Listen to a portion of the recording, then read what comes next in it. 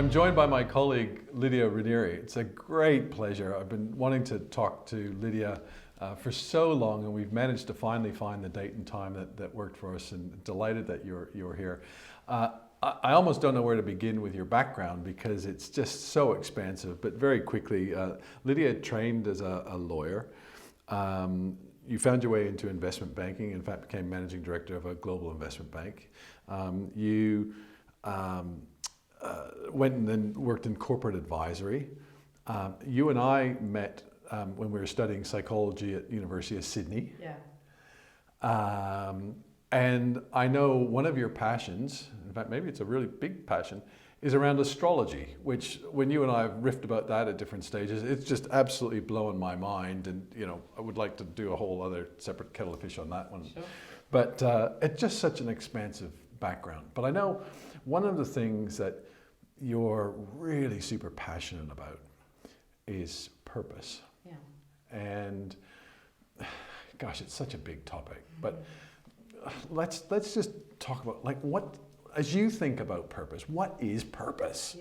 Yeah. It's a good kind of preface to I could, as you were talking about it, Chris, I could sense it's a big topic, and even I am passionate as I am about it. How do you articulate it? It's huge. So if I try and distill it into some ideas and some concepts, the way I think about purpose is the thing that gets you to a passionately desired destination.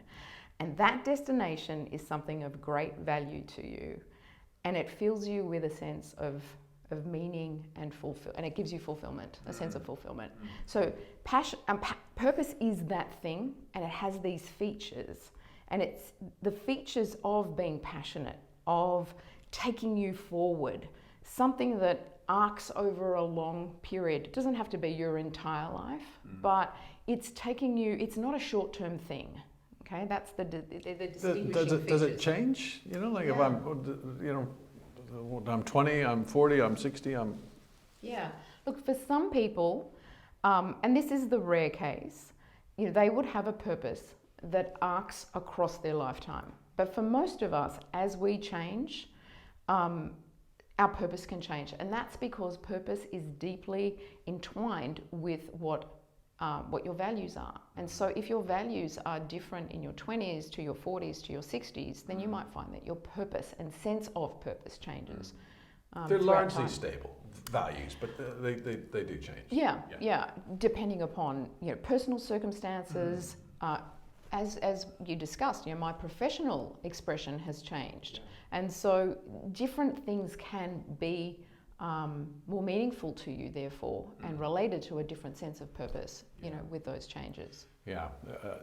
So how do I get one? Where do I buy this purpose? Yeah. Because listen, you hear about it all the time, right? So purpose. And I think a lot of people say how do I figure it out? Yeah. And the interesting thing is how do you get one?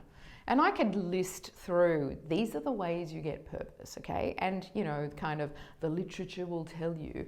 But, the list is that you need to engage in some amount of self-reflection.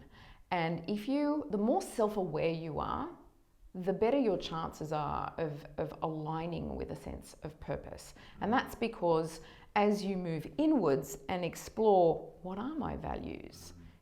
Where are my interests? What am I passionate about? What am I curious about?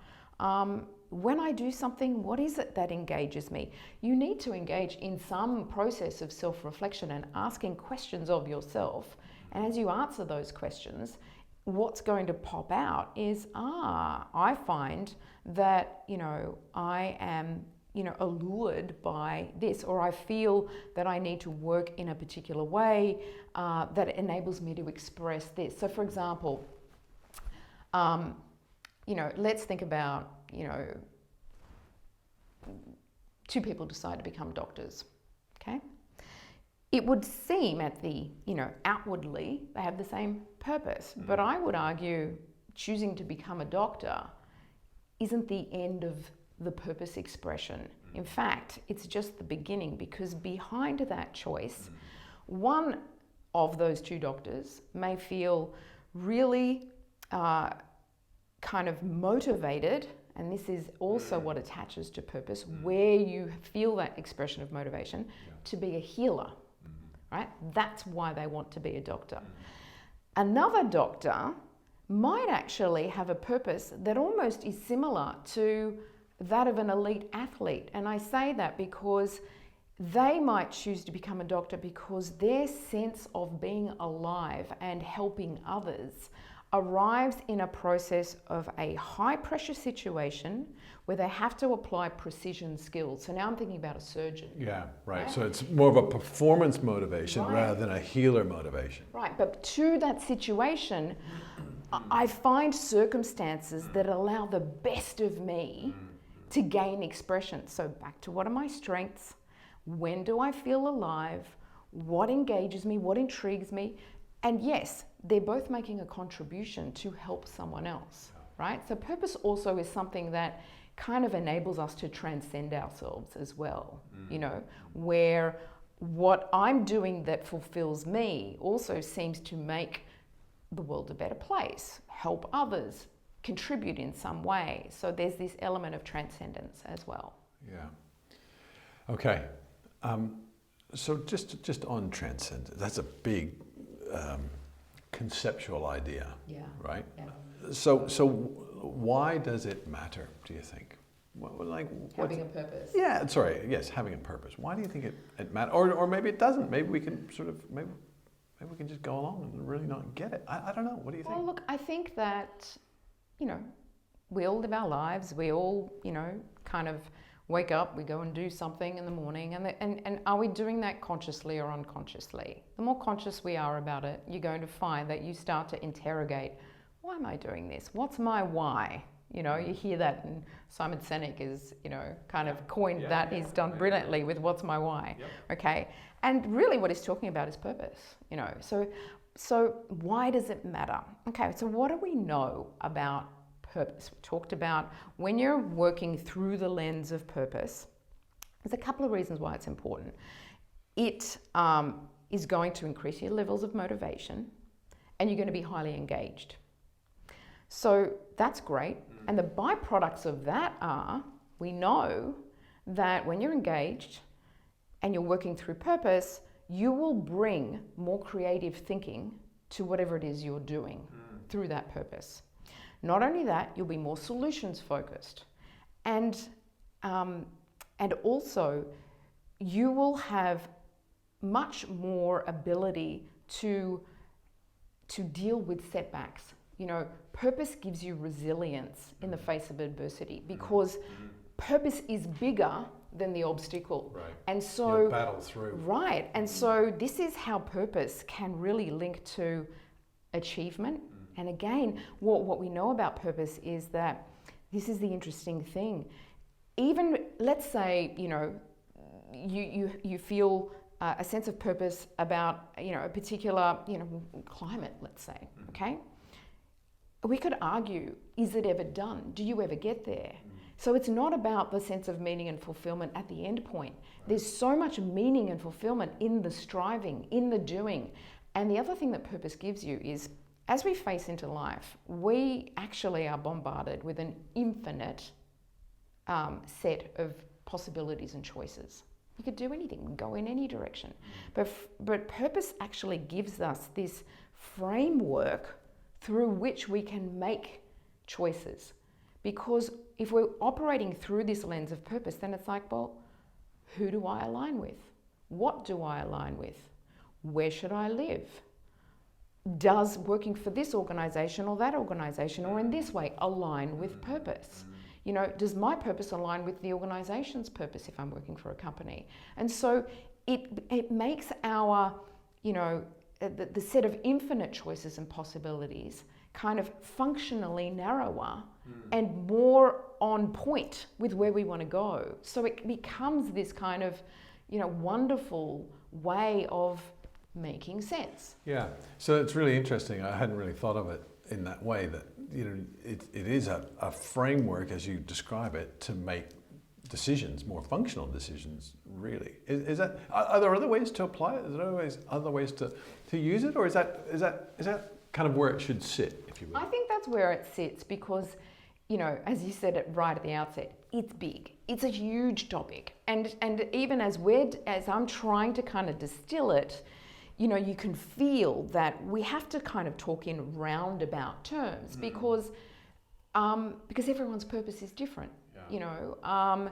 But it seems to have these characteristics. And I think then from that overarching kind of perspective, that's then certainly in a coaching context where with your clients, you can then start to drill down more specifically for them. Yeah, so thank you, because you triggered a thought I had earlier, and I think now's the time to ask it, which is, I'm wondering, I know this is something you're clearly very passionate about, and I think you talk a lot to clients, or your clients talk a lot to you about this.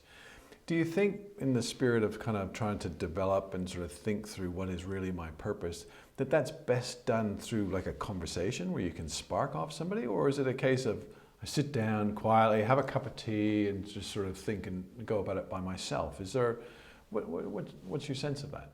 Well, I think that certainly having a conversation with somebody who really listens to you, right? Which is what we do as coaches, you know, and it's interesting. Listening for that meaning. Yeah, listening for that meaning and listening for what is the emotionally charged content of what somebody is revealing about themselves, because purpose sits so deeply at our core self-expression. And because it's linked to meaning, there has to be this holistic, you know, it's not just a head talking, it's not just a body moving. There's an emotional component and a spiritual component to this self-expression. So it can sometimes help to have somebody who's listening for those things, and that can just support you in that exploration. But ultimately, you know, it's something that we each answer for ourselves. You know, this is what resonates for me. This is what I feel aligned with. This is what is meaningful to me. You know, a coach can certainly point out, oh, I heard you say this. Tell me more about that. Yeah. What's important to you about that, and help you kind of unpick it a little bit more. Yeah. Okay. So Lid, you know, I imagine I'm somebody watching this, and I'm a busy, you know, executive. I've got a lot of pressures and demands on my time, and et cetera, et cetera. Are there, you know, what should I really be taking away from this? Look, I think the takeaways are, you know, do I feel as though I understand what purpose is? And can I distinguish purpose from a want? Okay? And so there are many things we want in life, right? Right. You know, I want a nice house or a car. I want to, you know, work in this field. I want a job that gives me this title. And that's not purpose. Okay? Purpose is something that is, to your point, relatively stable. You can have different components of purpose, but they are this true kind of expression of you. And so purpose is the thing that is kind of more centric and can be applied in different scenarios and circumstances. In other words, you know, if we're thinking about at a CEO level, right? If companies are requiring a turnaround and there's been some kind of catastrophe, and you are the fixer, you are the cleaner, you are the one who goes in and does the turnaround, then there's something about you that really likes taking chaos and turning it into order. That's purpose. It can be applied in any corporate situation, but that's your purpose. You feel like that's what you're given to do. Could be a different role, could be a different company, but there's the purpose. Right. And so it's not something that I want. Wants are something that are influenced by external environments. Well, I want this, but you know, it depends on how much I'm going to be paid to do it. It's very extrinsic, right? Right? Yeah. Exactly. Yeah. Okay. Okay. So that's the big takeaway, if you will, you think, for people. Yeah. I mean, I don't know. From our conversation, what stands out for you? You know, as the takeaway. Listen, I think there's an enormous amount. What I would say is the happiest people are said to be the ones that wake up in the morning feeling that they're going to do something important. Yeah. and go to bed at night feeling like they've done something meaningful. And I think that if we can build our lives, our vocations, our whatever around those sorts of things, then it helps us do all the things that you mentioned, and hopefully it makes us happier and healthier and all those good things as well. And I think what a nice way to live and operate. And if that's what I'm doing, then as a manager and leader, I have to imagine that I'm then in a better place to then help others and create this sort of positive ripple effect that I might be able to because of my role or function within the organization. So I think, I don't know if that enunciates it well, but I think that's kind of, in a work context, the way I see it kind of applying. And then there's the out of work context, of course, which is a whole other kettle of fish. Yeah. So I know you wrote a great paper.